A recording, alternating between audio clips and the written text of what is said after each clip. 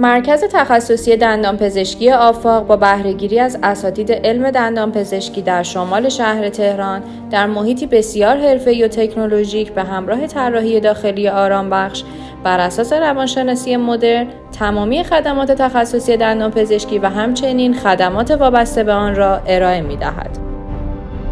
کلینیک آفاق مجهز به بیش از 10 بخش عمومی و تخصصی به همراه 2 بخش VIP تمامی خدمات تخصصی دندانپزشکی از جمله درمان ریشه، ارتودنسی، خدمات زیبایی، ایمپلنت، جراحی لثه، جراحی فک و صورت، پروتز دندانی، دندانپزشکی کودکان و سایر خدمات را به همراه تیم تخصصی هر حوزه به شما ارائه می‌دهد. بخش تخصصی رادیولوژی فک و صورت آفاق با استفاده از پیشرفته‌ترین و به‌روزترین دستگاه‌های تصویربرداری، کلیه خدمات تخصصی رادیولوژی فک و صورت از جمله CBCT، OPG، سفالومتری و عکس‌های تک دندانی را انجام می‌دهد.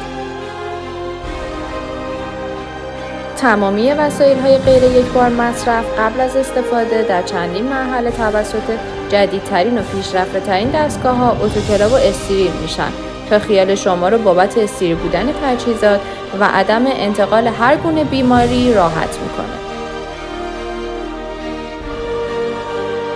یکی از بخش‌های مهمی که مجموعه آفاق رو از بقیه کلینیک‌ها متمایز میکنه بخش تخصصی اتاق عمل و بیهوشی هستش که ارائه دهنده کلیه خدمات تخصصی دندانپزشکی برای بزرگسالانی که فوبیای دندانپزشکی دارند یا کودکانی که قادر به همکاری با دندانپزشک نمی‌باشند. بخش تخصصی دندانپزشکی کودکان آفاق به همراه فضایی مهیج و شاد برای کودکان، مجهز به اتاق بازی اطفال، ارائه دهنده کلیه خدمات تخصصی دندانپزشکی اطفال با بهره‌گیری از بهترین متخصصین دندانپزشکی کودکان میباشند. با رشد تکنولوژی دیجیتال، دستگاه کتکم پروسه قالب‌گیری و تحویل پروتزهای دندانی شما رو که بیش از 1 ماه طول میکشه در کمتر از چند ساعت به شما تحویل میده. مرکز تخصصی دندانپزشکی آفاق مفتخر است که با همکاری با شرکت فلورامتور کلیه خدمات تخصصی دندانپزشکی با بهره‌گیری از کادری مجرب و کارآزموده به کلیه بیماران بین‌المللی ارائه دهد.